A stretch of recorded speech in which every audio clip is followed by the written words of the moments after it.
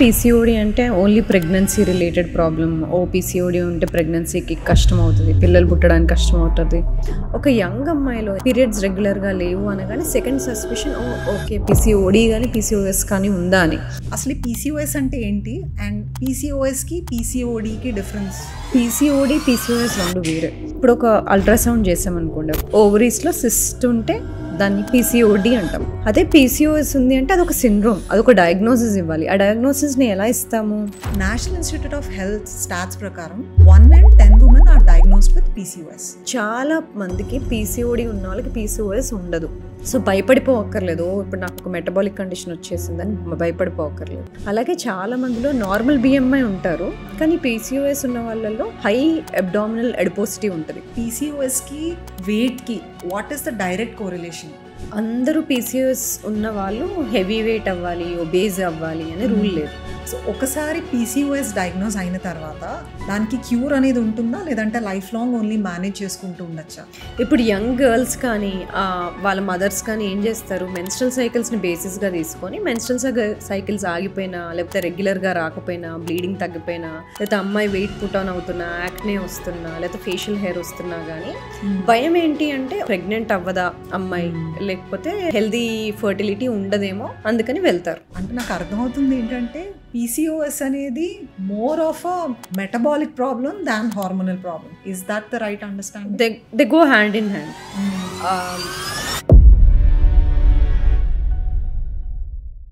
National institute of health stats ప్రకారం 1 in 10 women are diagnosed with PCOS. And ఈ numbers చూసుకుంటే మనము 1990sతో compare చేస్తే PCOS అనేది ఆల్మోస్ట్ డబుల్ అయింది. అసలు పీసీఓఎస్ అంటే ఏంటి అండ్ పీసీఓఎస్కి పీసీఓడికి డిఫరెన్స్ ఏంటి?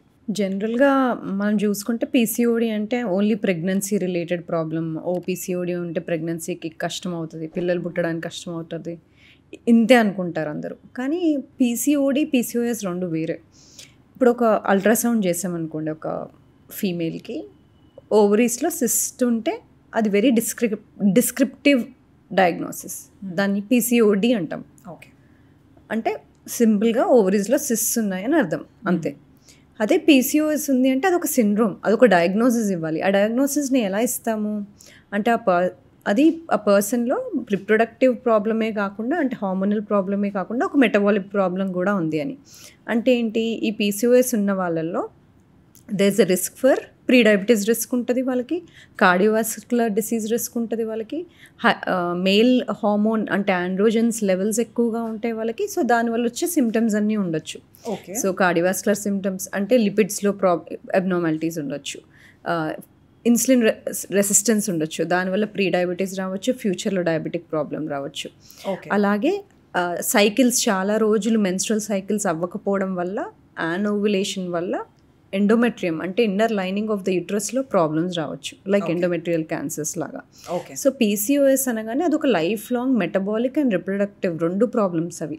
It is not simply fertility problem alone కాదు, అదే ఒక సిస్టమిక్ ప్రాబ్లం. అంటే లైఫ్లో చాలా రిస్క్ని మనం మెటబాలిజంలోనూ క్యారీ చేస్తాం, కార్డియోవాస్కులర్లోనూ డిసీజ్, ఎండోమెట్రియల్ క్యాన్సర్ రిస్క్ ఉంటుంది వీళ్ళకి. So it's a very metabolic problem అనమాట. ఓకే, సో ఇప్పుడు ఈ పీసీఓఎస్ ఉన్న వాళ్ళల్లో సిస్ ఉంటాయి అని చెప్పి రూల్ లేదు, లైక్ పీసీఓడిలో ఇట్స్ కన్ఫర్మ్ దట్ సిస్ ఉన్నాయని. బట్ పీసీఓఎస్లో అలా పీసీఓఎస్ అని డయాగ్నోస్ చేయాలి అంటే ఈ 3 సిచ్యువేషన్స్లో ఏ 2 ఉన్నా we can diagnose. Number 1, menstrual cycles ఇర్రెగ్యులర్గా ఉండాలి లేదా ఆగిపోవాలి.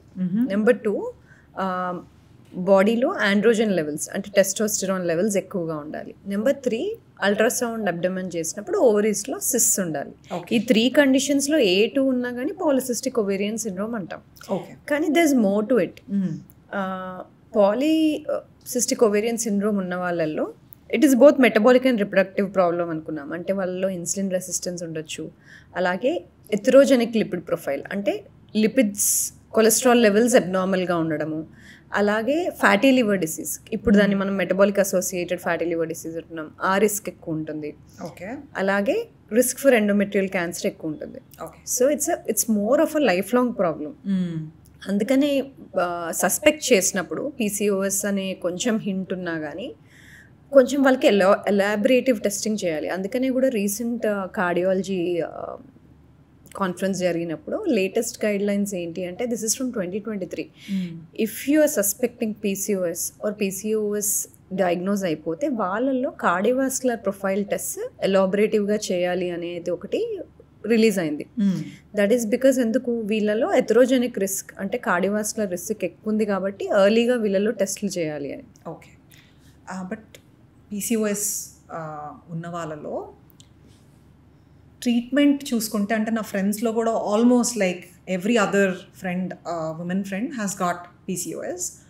వాళ్ళలో ఎక్కువ హార్మోనల్ టాబ్లెట్స్ ఇవ్వడం కానీ లేదంటే బర్త్ కంట్రోల్ పిల్సే వాళ్ళు ట్రీట్మెంట్ కింద ఇస్తుంటారు కదా.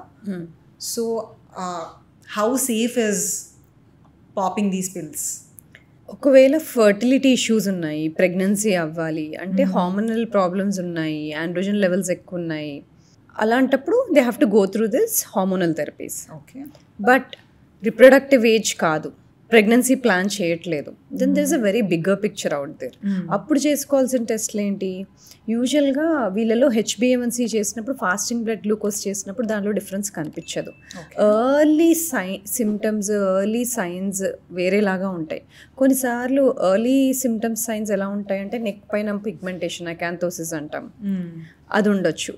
లేదు జస్ట్ హోమాయర్ ఎక్కువ రావచ్చు, లేకపోతే ఫాస్టింగ్ ఇన్సులిన్ ఎక్కువ ఉండొచ్చు. ఫాస్టింగ్ గ్లూకోజ్ నార్మల్గా ఉన్నా, హెచ్బిఏవన్సీ నార్మల్గా ఉన్నా, అప్పుడప్పుడు ఫాస్టింగ్ ఇన్సులిన్ హోమాయర్ ఇండెక్స్ ఎక్కువ ఉండొచ్చు.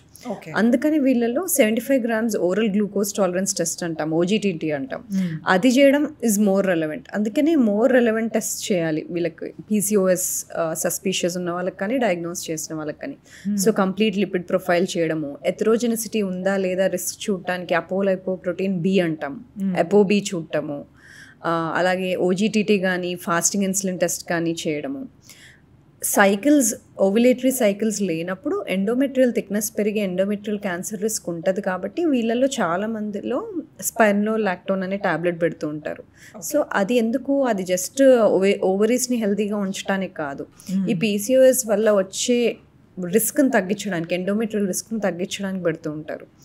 సో అందుకని రిప్రొడక్టివ్ ఏజ్లో ఉన్న వాళ్ళని ఒకలాగా, రిప్రొడక్టివ్ ఏజ్లో లేని వాళ్ళని ఒకలాగా, పీసీఓఎస్ ఉన్న వాళ్ళని ఒకలాగా, పీసీఓడి ఉన్న వాళ్ళని ఒకలాగా చూస్తూ ఉంటాం. ఓకే, అన్ని ఒవేరియన్ సిస్ట్లు పీసీఓఎస్ కాదు. సో పీసీఓడి అంటే ఓకే, స్కాన్ చేసాము, ఓవరీస్లో సిస్ట్ ఉన్నాయి అంతే, దాని మీనింగ్ ఇంకేమీ కాదు. చాలా మందికి పీసీఓడి ఉన్న వాళ్ళకి పీసీఓఎస్ ఉండదు. సో భయపడిపోవక్కర్లేదు, ఇప్పుడు నాకు ఒక మెటబాలిక్ కండిషన్ వచ్చేసిందని భయపడిపోవక్కర్లేదు. కాబట్టి androgen levels important, regular menstrual cycles చూసుకోవడం ఇంపార్టెంట్, ఎథరోజెనిక్ బర్డెన్ ఉందా లేదా ఇంపార్టెంట్. అలాగే చాలా మందిలో నార్మల్ బిఎంఐ ఉంటారు, కానీ పీసీఓఎస్ ఉన్న వాళ్ళలో హై అబ్డామినల్ అడిపోసిటీ ఉంటుంది. అంటే ఏంటి? అవసరం లేని విజువల్ అడిపోస్ టిష్యూ ఎక్కువ ఉంటుంది. సో అందుకని కూడా వీళ్ళకి ఫ్యాటీ లివర్ డిసీజ్ రిస్క్ ఎక్కువ. సో నార్మల్ బిఎంఐ ఉన్న పీసీఓఎస్ ఉన్నప్పుడు they can carry metabolic associated fatty liver disease, అలాగే ఎథరోస్క్లెరోటిక్ కార్డియోవాస్కులర్ డిసీజ్ రిస్క్ ఉండొచ్చు, అలాగే ఇన్సులిన్ రెసిస్టెన్స్ వల్ల ఈ 2 రిస్క్లు ఎక్కువ అవ్వచ్చు, అలాగే cycles, ovulation, regular menstrual cycles లేకపోవడం వల్ల ఎండోమెట్రియల్ క్యాన్సర్ రిస్క్ ఉండొచ్చు. So they can have all these risks. Okay, but వేరే మెటబాలిక్ రిస్క్ ఏజ్ పెరిగే కొద్దీ ఆ రిస్క్ కూడా పెరుగుతూ ఉంటుంది కదా. బట్ పీసీఓఎస్ చూస్తే అది చాలా యంగ్ ఏజ్లోనే స్టార్ట్ అయిపోతూ ఉంటుంది.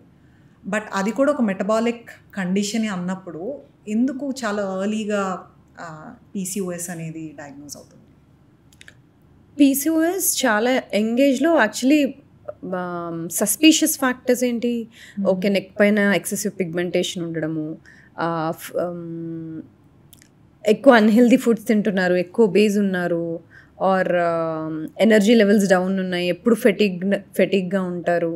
సో ఇలా అనిపించినప్పుడు that means something is of with their glycaemic లెవెల్స్లో ఆఫ్ ఉంది అని సస్పెక్ట్ చేసినప్పుడు we do this test to understand insulin resistance ఉందా లేదా అని. ఒక యంగ్ అమ్మాయిలో ఇన్సులిన్ రెసిస్టెన్స్ ఉంది, పీరియడ్స్ రెగ్యులర్గా లేవు అనగానే సెకండ్ సస్పిషన్, ఓకే పీసీఓడి కానీ పీసీఓఎస్ కానీ ఉందా అని. సో ఎర్లీ డయాగ్నోసిస్లో ఛాన్స్ ఎక్కువ, ఎందుకంటే మెన్స్ట్రల్ సైకిల్స్ దగ్గరే తెలిసిపోతుంది. ఇర్రెగ్యులర్ అవ్వగానే ఓకే సంథింగ్ ఈజ్ ఆఫ్ అని అక్కడ నుండి వీ కెన్ ట్రేస్. ఓకే, కానీ దెర్ ఆర్ ఫ్యూ పీపుల్ వాళ్ళల్లో ఎక్కువ హార్మోనల్ మేబీ సైకిల్స్ రెగ్యులర్గా ఉండొచ్చు. అందరిలో సైకిల్స్ రెగ్యులర్గా ఉండాలని లేదు, మనం అనుకున్నాము 3 కాంపోనెంట్స్లో 2 ఉండాలని. కొంతమందిలో ఎలా ఉంటుందంటే సైకిల్స్ రెగ్యులర్గా ఉంటాయి, అంటే ఓవులేషన్ జరుగుతుంది, బట్ ఆండ్రోజన్ లెవెల్స్ ఎక్కువగా ఉంటే దానివల్ల ఫేషియల్ హర్సిటిజం అంటాము, అవసరం లేని చోట ఫేషియల్ హెయిర్ గ్రోత్ ఎక్కువగా ఉండటము, అలాగే ఆండ్రోజన్ లెవెల్స్ ఎక్కువగా ఉండడము, ఎస్హెచ్బిజీ తక్కువగా ఉండడం, ఎపోబి ఎక్కువగా ఉండడము, ఇన్సులిన్ రెసిస్టెన్స్ ఉండడము, లేకపోతే ఓవరీస్లో మైనర్ సిస్ ఉండడము, ఇలాంటి ప్యాటర్న్ కూడా చూడవచ్చు. సో పీసీఓఎస్ ఉన్నప్పుడు ఎలాంటి టెస్టింగ్స్ చేస్తాము అంటే అది మెటబాలిక్ డిసార్డర్, ఉట్టి ఫర్టిలిటీ ప్రాబ్లం, ఉట్టి ప్రెగ్నెన్సీ రిలేటెడ్ ప్రాబ్లం కాదు. కాబట్టి ఫస్ట్ లిపిడ్స్ నుండి స్టార్ట్ చేసి కొలెస్ట్రాల్ లెవెల్స్ ఆఫ్ ఉన్నాయా లేదా, ఎపోలైపోప్రోటీన్ బి ఎక్కువ ఉందా, అంటే స్టిక్కీనెస్ ఆఫ్ ద లిపిడ్స్ ఉందా, అది blood vessel atherosclerotic cardiovascular disease రిస్క్ని పెంచుతుందా చూడటానికి. సెకండ్ థింగ్, అలాగే పీసీఓఎస్లో lot of mood and anxiety డిజార్డర్స్కి రిస్క్ ఎక్కువ ఉంటుంది. కాబట్టి we have this questionnaires, depression and anxiety risk questionnaires ఉంటాయి కదా, అవి చూడడం ఇంపార్టెంట్.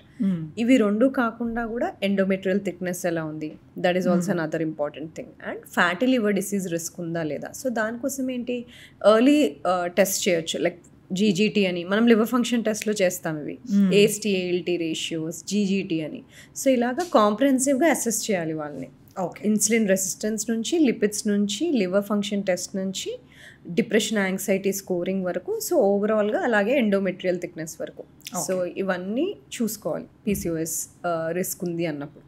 ఓకే, సో సే 20స్లో ఉమెన్కి లైక్ పీసీఓఎస్ ఏం డయాగ్నోజ్ అవ్వలేదు, ఎర్లీ 30s వరకు కూడా డయాగ్నోజ్ అవ్వకపోతే ఆ రిస్క్ అనేది తగ్గిపోయింది అనుకోవచ్చా, లేదంటే ఏ ఏజ్లోనైనా కానీ పీసీఓఎస్ వచ్చే ఛాన్సెస్ ఉంటాయా? ఎనీ టైం, ఫస్ట్ టైం తెలిసినప్పటి నుండి లైఫ్ లాంగ్ స్క్రీనింగ్స్ చేస్తూనే ఉండాలి రెగ్యులర్గా. ఎందుకంటే వాళ్ళకి మెయిన్ డ్రైవర్ వచ్చేసి ఇన్సులిన్ రెసిస్టెన్స్. కానీ ఇన్సులిన్ రెసిస్టెన్స్ ఒకసారి రివర్స్ అవ్వలేదు, అలాగే ఉంది అంటే ఆల్ ద అదర్ కండిషన్స్ నేను ఇప్పుడు చెప్పిన అన్నిటికీ రిస్క్ ఎక్కువే ఉంటుంది. సో ఎప్పుడు ఐడియల్ థింగ్ ఏంటంటే ఎప్పుడు ఇన్సులిన్ రెసిస్టెన్స్ రాకుండా ఇన్సులిన్ సెన్సిటివ్గా పెట్టుకోవడం ఇంపార్టెంట్. కానీ ఇదే ఆడవాళ్ళల్లో మెనోపాజ్ వచ్చినప్పుడు, menopause is another driver మళ్ళీ. First of all PCOS is one driver, దానిలో ఇన్సులిన్ రెసిస్టెన్స్. కానీ మెనోపాజ్ వల్ల కూడా మళ్ళీ వాళ్ళు ఇన్సులిన్ రెసిస్టెన్స్ అవుతారు, అప్పుడు డబుల్ హిట్స్ వర్డ్ అవుతుంది. సో 2 times వాళ్ళకి రిస్క్ పెరుగుతుంది. అది most of the time PCOS కొంచెం 50% హెరిడిటరీగానే వస్తుంది. కానీ మనం డిస్కస్ చేస్తాం కదా ప్రతిసారి లోడెడ్ గన్ ట్రిగర్ అవ్వాలి అంటే ఎపిజెనెటిక్స్ సపోర్ట్ చేయాలి. ఒకవేళ మనం రిస్క్ని పెరిగే థింగ్స్ చేస్తున్నాం, సెడెంటరీ బిహేవియర్, నో ఎక్సర్సైజ్, ఎక్కువ ఇన్ఫ్లేమ్డ్ ఫుడ్స్ తీసుకోవడం, fried foods, not healthy stuff, so ఇలాంటివి చేస్తున్నప్పుడు దెన్ అన్నీ మనం ఎన్వైరన్మెంట్ని పీసీఓఎస్ రిస్క్ పెరిగేలాగా క్రియేట్ చేస్తున్నట్టు. కాబట్టి రిస్క్ ఉన్న వాళ్ళలో ఇంకొంచెం జాగ్రత్తగా ఉండాలి. ఓకే, సో మీరు ఇందాక ఎడిపోస్ టిష్యూ ఎక్కువ ఉంటుంది అని అన్నారు కదా, సో పీసీఓఎస్కి వెయిట్కి what is the direct correlation? అందరూ పీసీఓఎస్ ఉన్న వాళ్ళు హెవీ వెయిట్ అవ్వాలి, ఒబేజ్ అవ్వాలి అనే రూల్ లేదు. ఓకే, సో వాళ్ళు నార్మల్ బిఎంఐలో ఉండొచ్చు which is less than 25, or higher బిఎంఐలో ఉండొచ్చు విచ్ ఇస్ మోర్ దాన్ 25. సరే మోర్ దాన్ 25 ఉన్నారు, ఓవర్ వెయిట్ ఉన్నారు అంటే డెఫినెట్లీ మనం జాగ్రత్తగా ఉంటాము. అన్ని ఓవరాల్ రిస్క్ పెరుగుతుంది కదా అన్నిటికీ, డయాబెటీస్ కానీ హార్ట్ డిసీజెస్కి కానీ. కానీ లెస్ దాన్ 25 ఉంటే నేను సేఫ్, నేను లీన్గా ఉన్నాను కానీ నాకు ఏమీ రాదు అని అనుకోవడానికి లేదు. ఎందుకంటే ఇండియన్ పాపులేషన్లో లీన్గా ఉన్నా లెస్ దాన్ 25 బిఎంఐ ఉన్నా కానీ వాళ్ళల్లో విజరల్ ఎడిపోస్ టిష్యూ ఎక్కువ ఉండే ఛాన్స్ ఉంది ఇన్సులిన్ రెసిస్టెన్స్ వల్ల. ఎందుకంటే అదే మెయిన్ డ్రైవర్ అనుకున్నాం కాబట్టి నార్మల్ బిఎంఐలో ఉన్నా హై బిఎంఐ ఉన్నా వాళ్ళు చూసుకోవాల్సింది ఏంటి అంటే విజరల్ ఎడిపోస్ టిష్యూ, అంటే ఫ్యాటీ లివర్ డిసీజ్ ఉందా లేదా, లివర్ ఫంక్షన్ టెస్ట్ ఎలా ఉన్నాయి, లిపిడ్ ప్రొఫైల్స్ ఎలా ఉన్నాయి, ఇవి చూసుకోవడం ఇంపార్టెంట్. ఓకే, సో ఒకసారి పీసీఓఎస్ డయాగ్నోస్ అయిన తర్వాత దానికి క్యూర్ అనేది ఉంటుందా, లేదంటే లైఫ్ లాంగ్ ఓన్లీ మేనేజ్ చేసుకుంటూ ఉండొచ్చా లైఫ్ స్టైల్ అనేది? మేనేజ్ చేస్తూ ఉండొచ్చు, కానీ దాన్ని బాగా మేనేజ్ చేయొచ్చు. ఎందుకంటే ఇన్సులిన్ రెసిస్టెన్స్ డ్రైవర్ అంటున్నాం. హై ఇన్సులిన్ ఉన్నప్పుడు ఏం చేస్తుంది, అది వెళ్ళి ఎల్హెచ్ అనే హార్మోన్ని ట్రిగర్ చేసి ఆండ్రోజన్ ప్రొడక్షన్ని ట్రిగర్ చేసి లివర్లో చేంజెస్ తీసుకొచ్చి ఒక బాడీలో హై ఆండ్రోజన్ ఎన్వైరన్మెంట్ని క్రియేట్ చేస్తుంది. ఓకే. సో హై ఆండ్రోజన్ ఎన్వైరన్మెంట్ని క్రియేట్ చేసినప్పుడు రెగ్యులర్ మెన్స్ట్రల్ సైకిల్స్లో జరగాల్సిన హార్మోనల్ చేంజెస్ జరగకుండా సైకిల్స్లో ఓవ్యులేషన్ జరగకపోవడం అలా జరుగుతుంది. ఓకే. సో ఎప్పుడు కూడా లైఫ్ లాంగ్ వీళ్ళు ఇన్సులిన్ రెసిస్టెన్స్ ఎక్కువ పెరగకుండా, లిపిడ్స్ డిస్రెగ్యులేట్ అవ్వకుండా, అంటే కరెక్ట్ లెవెల్స్లో చూసుకోవడం very very important. Okay. So అంటే నాకు అర్థమవుతుంది ఏంటంటే పీసీఓఎస్ అనేది more of a metabolic problem than hormonal problem. So మెటబాలిజంలో జరిగే చేంజెస్ వల్ల పీసీఓఎస్ అనేది ట్రిగర్ అవుతుంది. Is that the right understanding? They go hand in hand. Metabolic problems ఉంటాయి, రిప్రొడక్టివ్ ప్రాబ్లమ్స్ ఉంటాయి. కానీ మెటబాలిజం ప్రాబ్లమ్స్ ఉన్నప్పుడు life long there is a threat problem హెల్త్కి. రిప్రొడక్టివ్ ప్రాబ్లం ఉన్నప్పుడు ఏంటి, రిప్రొడక్టివ్ ఏజ్ మనకి ఫర్టైల్ పీరియడ్ ఒక 10 yearsలో 2 పిల్లల్ని కానీ 3 పిల్లల్ని కానీ ప్లాన్ చేసినప్పుడు ఫర్టైల్ పీరియడ్ ఆ 10 years లోపే ప్లాన్ చేస్తాం జనరలీ. సో ఆ 10 years రెగ్యులర్ హార్మోనల్ సైకిల్స్ ఉండి రెగ్యులర్ బ్లీడింగ్ అయ్యే విధంగా చూసినప్పుడు ఫర్టిలిటీ పెరుగుతుంది, హెల్దీ కిడ్స్ పుడతారు. ఓకే. ఆ రిప్రొడక్టివ్ జోన్ ముందు కానీ ఆ రిప్రొడక్టివ్ జోన్ అయిపోయిన తర్వాత కానీ వెరీ ఇంపార్టెంట్ ఏంటి, డిసీజెస్ రాకుండా ఉండడం, మెటబాలిక్ డిసీజెస్ ఎక్కువగా రాకుండా ఉండడం, హార్ట్ డిసీజెస్ కానీ, ఎండోమెట్రియల్ క్యాన్సర్ కానీ, ఫ్యాటీ లివర్ డిసీజ్ కానీ, ఇవన్నీ మేనేజ్ చేసుకోవాలి అంటే metabolic component is more crucial. Okay. So both are equally important. కానీ రిప్రొడక్టివ్ ఏజ్ అయిపోయిన తర్వాత అప్పుడు మెటబాలిక్ కాంపనెంట్ ఎక్కువ క్రూషియల్ అయిపోతుంది. ఓకే. మీ ప్రాక్టీస్లో ఎలాంటి లైఫ్ స్టైల్ ఉన్న వాళ్ళకి పీసీఓఎస్ రిస్క్ ఎక్కువ ఉంటుంది? ఎవరైతే స్లీప్ టైమింగ్స్, వేకప్ టైమింగ్స్ సరిగ్గా ఉండవో, బాగా స్ట్రెస్ఫుల్గా ఉంటారో, ఎక్కువ ఇండియన్ టైమింగ్స్కి అలైన్ అవ్వకుండా యూఎస్ టైమింగ్స్లో వర్క్ చేస్తూ ఉంటారో, వీళ్ళల్లో ఎక్కువ రిస్క్ గ్యాదర్ చేస్తూ ఉంటారు. ఆర్ వీళ్ళల్లో ఎక్కువ though PCOS is seen in lot of people. ఇట్లాంటి ఎన్వైరన్మెంట్స్లో సర్కేడియన్ రిథమ్ అలైన్ అవ్వని వాళ్ళు, హెల్దీ ఈటింగ్ హ్యాబిట్స్ లేని వాళ్ళు, అడిక్వేట్ ప్రోటీన్ తీసుకోని వాళ్ళు, or in fact dependencies lot on ultra refined processed foods, ఇలాంటి వాళ్ళల్లో ఎక్కువ చూస్తూ ఉంటాం. అండ్ మీరు స్టార్టింగ్లో అన్నారు డిఫరెంట్ పీపుల్కి, అంటే రిప్రొడక్టివ్ ఏజ్లో ఉన్నారా లేదా, లేకపోతే ప్రెగ్నెన్సీ ప్లాన్ చేసుకుంటున్నారా లేదా, ఇట్లాంటి కొన్ని సినారియోస్ వాళ్ళ లైఫ్లో ఏ మైల్ స్టోన్కి దగ్గరలో ఉన్నారో దాన్ని బట్టి ట్రీట్మెంట్ మారుతుంది అనేసి అన్నారు కదా. So for each of these groups వాళ్ళ ట్రీట్మెంట్ కానీ లేదంటే బాగా మేనేజ్ చేసుకోవచ్చు అనేసి అన్నారు. క్యూర్ చేయలేకపోయినా బాగా మేనేజ్ చేసుకోవచ్చు అన్నారు. కాబట్టి ఈచ్ ఆఫ్ దిస్ గ్రూప్ కొంచెం ఎక్స్పాండ్ చేస్తారు. అంటే వాళ్ళ లైఫ్ స్టైల్లో ఎట్లాంటి చేంజెస్ చేసుకోవాలి, లేదంటే వాళ్ళ మెడికేషన్ ఎట్లా ఉండొచ్చు. So starting from maybe like teenagers who are not in the reproductive age at this point. టీనేజర్స్లో ఎక్కువ ఆండ్రోజెనిక్ సిమ్టమ్స్ ఉన్నప్పుడు ఆండ్రోజన్ లెవెల్స్ తక్కువ చేయడానికి హార్మోనల్ కంట్రోల్ పిల్స్ యూజువల్గా రెగ్యులర్గా ఎండోక్రైనాలజిస్ట్ కానీ గైనకాలజిస్ట్ కానీ సజెస్ట్ చేస్తూ ఉంటారు. ఎందుకంటే regular menstrual cycle is very crucial. Mood బాగుండాలన్నా, ఎనర్జీ బాగుండాలి అన్నా, వాళ్ళ ఫేషియల్ హెయిర్ గ్రోత్ ఇవన్నీ చూసుకుంటే ఆ టైంలో most of the time hormonal therapies are used. కానీ hand in hand very important is అక్కడ dietary modifications, life style modifications చేయకపోతే no amount of medicine will actually work, root causes address చేయకపోతే. For example వాళ్ళలో insulin resistance కూడా ఉంది. Hormonal pills ఇచ్చినప్పుడు అది hormonal section వరకే మేనేజ్ చేస్తూ ఉంటుంది. మరి what about insulin resistance part? Exactly. So దాన్ని మనం న్యూట్రిషన్తో, లైఫ్ స్టైల్తో మేనేజ్ చేయాలి. కొన్ని సినారియోస్ ఉంటాయి, ఉట్టి న్యూట్రిషన్ లైఫ్ స్టైల్ చేంజెస్ చేసినా రిక్వైర్డ్ బెనిఫిట్స్ రావు, ఇన్సులిన్ రెసిస్టెన్స్ తగ్గదు. అలాంటప్పుడు we may have to use metformin, అలాగా ఇన్సులిన్ సెన్సిటైజర్స్ వాడాల్సి వస్తుంది. ఓకే. నా రిప్రొడక్టివ్ ఏజ్ వచ్చినప్పుడు most of the time hormonal corrections అవుతాయి, metabolic corrections are also very crucial. రెండు థెరపీస్ ఇస్తారు. So now reproductive age is over, child birth అయిపోయింది. Androgen balancing medication ఏదైతే ఉంటుందో అది టీనేజర్స్లో కూడా సజెస్ట్ చేస్తారు, రిప్రొడక్టివ్ ఏజ్ ఉన్నప్పుడు కూడా దే సజెస్ట్. ఓకే. సో ఆ పీరియడ్స్ అయిపోయాయి, టీన్ పీరియడ్ అయిపోయింది, వాళ్ళ రిప్రొడక్టివ్ ఏజ్ అయిపోయింది, they had healthy babies and now they moving in to the 30s or 40s. ఆ టైంలో దెన్ ఇన్సులిన్ రెసిస్టెన్స్ రాకుండా చూసుకోవాలి, లిపిడ్స్ని కంట్రోల్లో పెట్టుకోవాలి, బ్యాలెన్స్డ్గా పెట్టుకోవాలి, fat accumulation, visceral adipose tissue ఎక్కువ అక్యుములేట్ అవ్వకుండా చూసుకోవాలి, then mood and anxiety levels చూసుకోవాలి. So their mental health also is very very important. Cognitive behavioral therapy is important, regular screening of these tests are important. At most crucial decisions should be taken around nutrition and life style changes అక్కడ ఇంటెన్సివ్గా చేయాలి. Okay, because అంటే ఏజ్తో పాటు వచ్చే risk కూడా పెరుగుతూ ఉంటుంది కాబట్టి on one side their age అవుతూ ఉంటే లో గ్రేడ్ క్రానిక్ ఇన్ఫ్లమేషన్ బేస్ లైన్లో ఉంటూ ఉంటుంది. సో ఆ ఇన్ఫ్లమేషన్ ఉంటూ ఉంటుంది, ఏజ్ అవుతూ ఉంటే స్లోగా ఇన్సులిన్ రెసిస్టెన్స్ ఉంటూ ఉంటుంది. ఈ రెండు యాడెడ్ ప్రాబ్లమ్స్ ఉంటాయి అలాంగ్ విత్ మళ్ళీ their risk for PCOS. So age అవుతున్నప్పుడు వాళ్ళ metabolic risk double the times పెరుగుతుంది. కాబట్టి life style nutrition changes non negotiable ఇంకా వాళ్ళకి. సో ఈ టైంలో కూడా హార్మోనల్ బ్యాలెన్స్కి medication will still continue. I mean it depends on the situation. ఆ టైంలో సైకిల్స్ రెగ్యులర్గా రావట్లేదు, but they may not be a issue for them. కానీ ఎండోమెట్రియల్ క్యాన్సర్ రిస్క్ పెరగకుండా చూసుకోవాలి. So conventional treatment has to be decision should be taken by a treating physician. ఆ టైంలో scenario situation ఎలా ఉంది అని.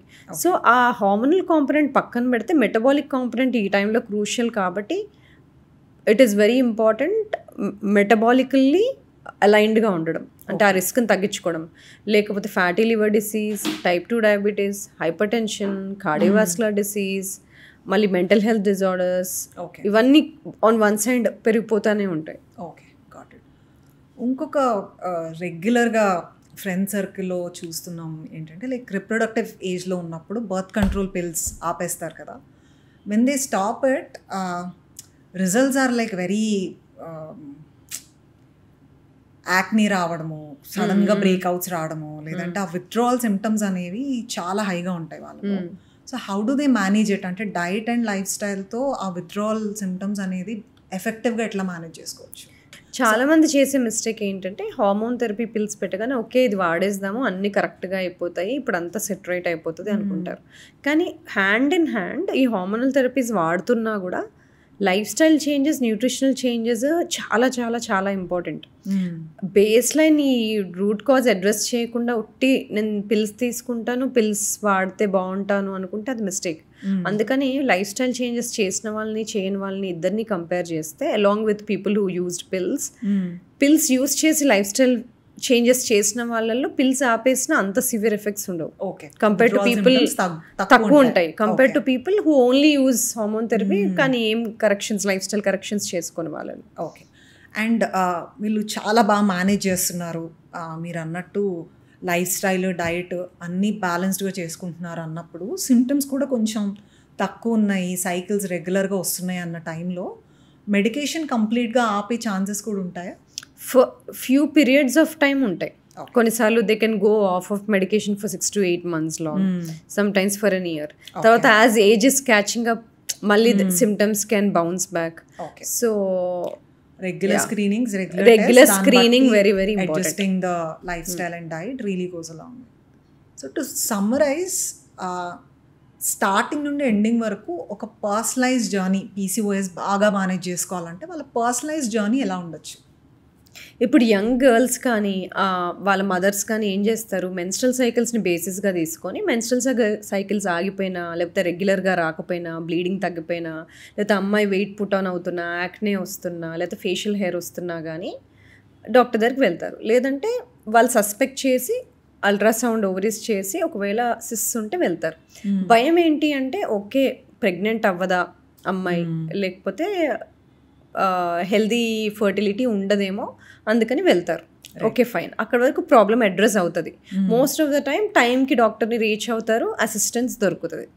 కానీ రిప్రొడక్టివ్ ఏజ్ తర్వాత వాట్ నెక్స్ట్? ఎందుకంటే ప్రతిసారి ఓవరీలో సిస్ట్ ఉండగానే అది డయాగ్నోసిస్ కాదు, అది ఒట్టి పీసీఓడి అంటాం. కానీ పీసీఓఎస్ ఎక్కువ ప్రాబ్లమాటిక్. అంటే ఏంటి, ఒక పక్క ఓవరీస్లో సిస్ట్ ఉండడము, మెన్స్ట్రల్ సైకిల్స్ ఇర్రెగ్యులర్గా ఉండడం పక్కన పెడితే ఇంకోవైపు ఇన్సులిన్ రెసిస్టెన్స్ మెయిన్ డ్రైవర్ పీసీఓఎస్కి.